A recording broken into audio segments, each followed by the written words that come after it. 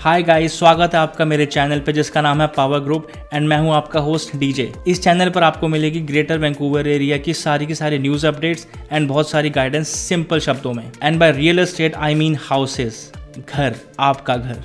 इस वीडियो में हम बात करने वाले हैं पहली चीज़ ग्रेटर वैंकूवर एरिया के बारे में कि ये एरिया क्या है, कहाँ पे लोकेटेड है, यहाँ के क्या फ़ायदे हैं, लोग यहाँ पे क्यों आना पसंद करते हैं। एक जनरल ओवरव्यू लेंगे ग्रेटर वैंकूवर एरिया का। सेकंड चीज़ हम सीखेंगे रियल एस्टेट के बारे में। अगर आप ग्रेटर वैंकूवर एरिया में हैं या कहीं भी कनाडा में हैं, प्रोसेस सेम ही होते हैं, तो हम उसके बारे में जानेंगे एक बहुत ही सिंपल लैंग्वेज के अंदर, ताकि आप सब लोग समझ पाएँ how to step into real estate. And तीसरी चीज़ हम इस वीडियो में डिस्कस करेंगे प्री बाइंग स्टेज के बारे में। मैंने पूरे के पूरे बाइंग प्रोसेस को फेसेस स्टेजेस में डिवाइड किया है। तो पहला इसका स्टेज है प्री बाइंग स्टेज, उसके बारे में हम बात करेंगे। और इन तीनों चीज़ों के साथ में हम सीखेंगे बेसिक टर्मिनोलॉजीज जो कि यूज़ होती है रियल एस्टेट इंडस्ट्री के अंदर, कि किस प्रोसेस की क्या टर्म्स हैं, सीखेंगे ईजी लैंग्वेज में। मेरा मोटिव आप लोगों को अपना पहला घर लेने में हेल्प करना।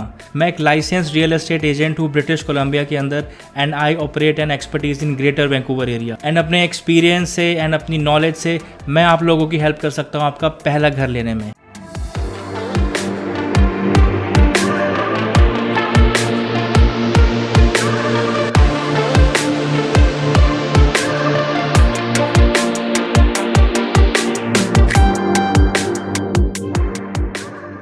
वैंकूवर एरिया के रियल एस्टेट के मार्केट के बारे में कौन नहीं जानता। यहाँ की मार्केट है हाईली लुक्रेटिव, हाईली वोलेटिल, इतनी सारी सेल्स एंड परचेज यहाँ पे पर ईयर होती हैं। बट नॉलेज कहाँ है?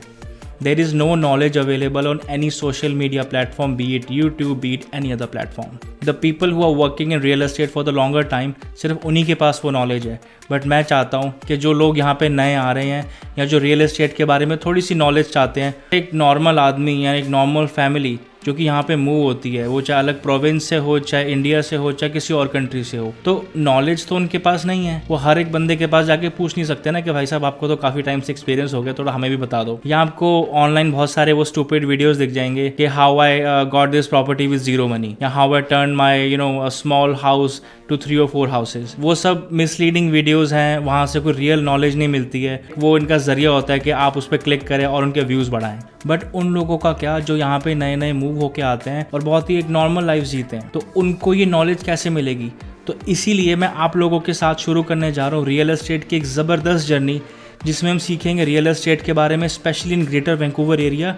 और ये जर्नी होने वाली है बहुत ही fun, exciting and full of knowledge. और दोस्तों, जब मैं बात कर रहा हूँ रियल एस्टेट की, मैं बात कर रहा हूँ हाउसेस की, रेजिडेंशियल प्रॉपर्टीज़, घरों की। क्योंकि मेरा मोटिव है कोई भी ब्रिटिश कोलंबिया में, वैंकूवर एरिया में कोई भी नया है या जो नया नहीं भी है, वो 2-3 सालों से है और घर लेना चाह रहे हैं, और उनको पहला स्टेप कैसे लें, कैसे प्लानिंग करें, या किस एरिया में उनको क्या घर लेना चाहिए, क्या उनका थॉट प्रोसेस होना चाहिए। I just want to help those people to get their first homes. तो दोस्तों, अब आप मेरा मोटिव समझ गए होंगे। मेरा बस एक ही मोटिव है कि आप लोगों के पास घर हो। और घर से मेरा मतलब ये नहीं है कि एक बड़ा सा डिटैच्ड हाउस हो। डिपेंडिंग अपॉन आपका फैमिली साइज़ क्या है, आपका मोटिव क्या है, आपकी पॉकेट अलाउ क्या करती है, उसके हिसाब से आपके पास एक घर होना चाहिए, यानी कि a place to live, a place you can call home. तो पहला मोटिव तो आप समझ गए। सेकेंड मोटिव इज़, जो कि फर्स्ट मोटिव की वजह से ही आया है, जो कि है रियल एस्टेट को इंटरेस्टिंग बनाना। अब लोग बोलेंगे कि रियल एस्टेट की नॉलेज इंटरेस्टिंग कैसे हो सकती है? Real estate is one of those topics के इज़ यूजुअली बोरिंग। तो इसको इंटरेस्टिंग बनाना है। इंटरेस्टिंग कैसे बनेगा? कि हर एक प्रोसेस को हम ब्रेक डाउन करेंगे ईजी लैंग्वेज के अंदर, रियल लाइफ के एग्जाम्पल्स लेके। और यहाँ पे आपको 2 टाइप के लोग मिलेंगे, जिन्होंने ऑलरेडी घर परचेज कर लिया है या जो घर परचेज करना चाहते हैं। जिन्होंने ऑलरेडी घर परचेज करा है, आप उनसे पूछिए, जब आपने घर लिया था, जब आपके हाथ में चाबियाँ आई थी, वो जो पहला कदम आपने अपने घर में रखा था, so were you bored at that time और वर यू एक्साइटेड? आपको वहीं पे अपना आंसर मिल जाएगा उन लोगों से। और जो लोग घर लेना चाहते हैं, जस्ट इमेजिन, भूल जाओ ये सारे प्रोसेस के बारे में कि फंडिंग कैसे होगी, क्या कैसे होगा। जस्ट इमेजिन सब कुछ हो गया, आपको चाबियाँ मिल गई हैं। Just close your eyes and think कि हाँ यार, मैं अपने घर में एंटर करूँ। जो भी आपका बजट है, जो भी आपका मतलब पॉकेट अलाउ करती है, उसके हिसाब से रियलिस्टिक ड्रीम करें और सोचें। तो आप ऑल सेट हैं, आपके पास कीज़ आ गई हैं, आप जस्ट एंटर कर रहे हो अपने घर में। So just imagine that thought. अगर वो थॉट सोच के आपको अच्छा लग रहा है, इसका मतलब है कि रियल एस्टेट इज़ इंटरेस्टिंग, बस उसकी नॉलेज हमको बोरिंग लगती है। अगर इसकी हमको सही नॉलेज मिल जाए और सही स्टेप्स का मालूम पड़ जाए और किस पाथ पे हमको चलना है, कि जो हमको चाहिए वो जल्दी मिल सकता है तो हमारी प्रॉब्लम सॉल्व हो जाएगी। एंड फ्रेंड्स, अब आपको इतना तो आइडिया मिल गया होगा कि हमारी जर्नी किस बारे में होने वाली है। रियल एस्टेट की नॉलेज सिंपल शब्दों में रियल एग्जाम्पल के साथ। एक तो आपको घर दिलवाना है, सेकेंड चीज़ रियल एस्टेट को इंटरेस्टिंग बनाना है ताकि जो आपका टास्क है, जो आपका गोल है, वो आपको एक फ़न तरीके से नॉलेज मिले और आप एक सही पाथ पे जाएं। Let's make real estate interesting. तो शुरू करते हैं। इस जर्नी के अंदर हमारा पहला स्टेप होने वाला है बाइंग प्रोसेस। अब आप बोलोगे यार हमने तो कोई नॉलेज नहीं ली है अभी तक, हमें तो कुछ प्रोसेस के बारे में पता ही नहीं है, जो हमने मार्केट में सुना है देखा है वो तो ठीक है, आपने तो कुछ बताया नहीं, सीधा बाइंग। नहीं, इसलिए मैंने बाइंग प्रोसेस को डिवाइड करा है 3 मेजर फेजेस या 3 मेजर स्टेजेस, आप कुछ भी बोल सकते हैं।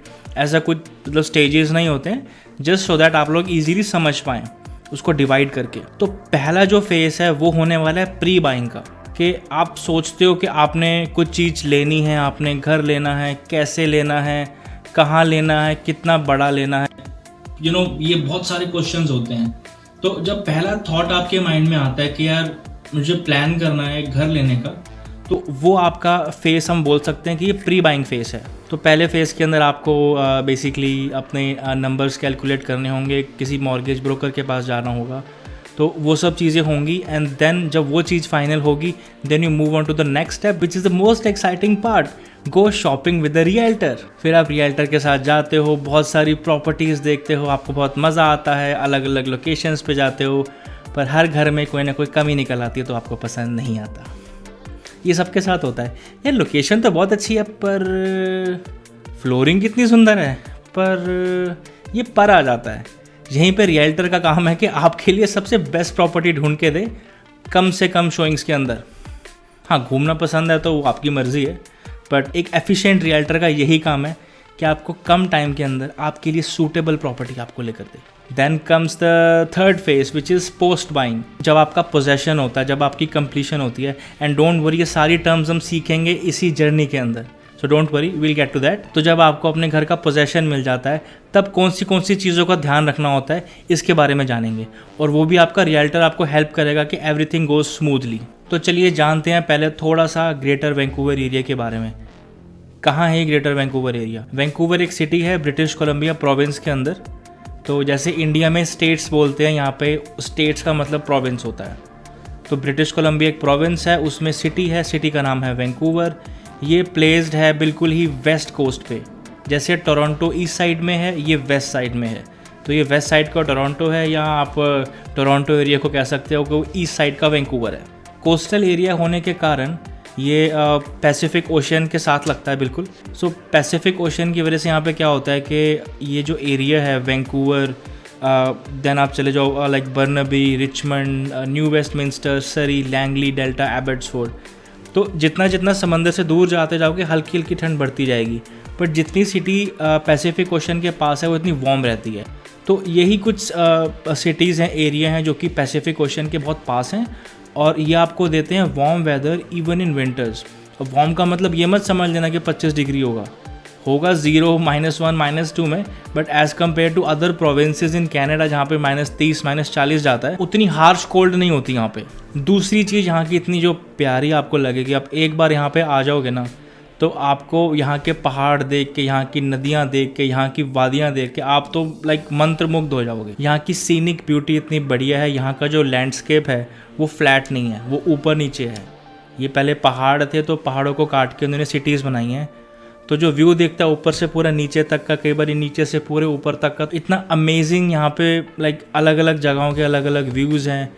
यहाँ पे ग्रीनरी इतनी ज़्यादा है, यहाँ पे मतलब नेचर इतनी ज़्यादा। अगर आप नेचर लविंग पर्सन है तो एक बार आप अगर वैंकूवर में आओगे तो देर इज़ नो चांस कि आप बोलो कि मुझे पसंद नहीं आया। तो वेदर हो गया, यहाँ की जो सीनिक ब्यूटी है वो हो गई। लाइक इंडिया से और कंट्री से तो आते ही आते हैं, बट दूसरे प्रोविंस से जिन लोगों को ठंड इतनी पसंद नहीं है वो लोग बहुत यहाँ पे आते हैं। तो ये कुछ रीजंस हैं, इस वजह से यहाँ की जो हाउसिंग मार्केट है हमेशा स्ट्रॉन्ग रहती है एज़ कम्पेयर टू जितनी रेजिडेंशियल प्रॉपर्टीज़ की डेवलपमेंट यहाँ पे है, उस हिसाब से काफ़ी ज़्यादा लोग यहाँ पे मूव होते हैं।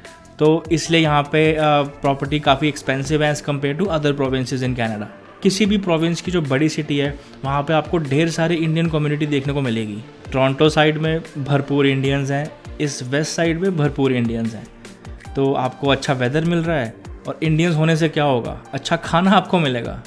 तो अगर आप यहाँ पे आओगे, पहली बात तो आपको लैंग्वेज प्रॉब्लम नहीं होगी। अगर आपको पंजाबी आती है, हिंदी आती है, यू कैन मतलब आप सर्वाइव कर सकते हो। आई वोंट रेकमेंड कि आप इंग्लिश ना सीखें, इंग्लिश सीखें, बट हाँ जो लोग जैसे ओल्ड एज में लोग होते हैं यहाँ पे आते हैं, तो वो लाइक नेचुरल है, वो लोग अब इस एज में इंग्लिश तो सीख नहीं सकते हैं, तो उनके लिए एक बहुत अच्छा प्रोविज़न है कि उनको कहीं भी जाके लैंग्वेज प्रॉब्लम नहीं आती। And being so many Indians, so many Punjabi, तो यहाँ पे जो खाने में जो तड़के लगते हैं, ओ माय गुडनेस, इतने सारे रेस्टोरेंट्स हैं, इतनी सारी यहाँ पे खानों की जगह हैं। वो भी हम आगे आने वाली फ्यूचर की वीडियोस में बात करेंगे उन सब के बारे में भी, बट यहाँ का खाना भी बहुत अमेजिंग है। और जिसको पसंद है हाइकिंग करना, यहाँ पे इतने सारे हाइकिंग प्लेसेस हैं। आप ग्रेटर वैंकूवर एरिया में रह के आपको हॉलीडे के लिए, वेकेशन के लिए, कुछ पिकनिक मनाने जाना है, आउटिंग करनी है, यहाँ पे ढेर सारी जगह हैं। आपको ये नहीं कि आपको 8-8, 10-10 घंटे ट्रैवल करके कहीं जाना पड़ रहा है। ये जगह खुद में इतनी ब्यूटीफुल है कि हर एक सिटी की अलग सीनिक ब्यूटीज़ हैं। आप एक सिटी मूव करते हो, आपको कुछ देखने को मिलेगा, आप दूसरी सिटी जाते हो, आपको कुछ और देखने को मिलेगा। अगर आपको घूमना फिरना पसंद है तो उस लिहाज से भी ये परफेक्ट प्लेस है।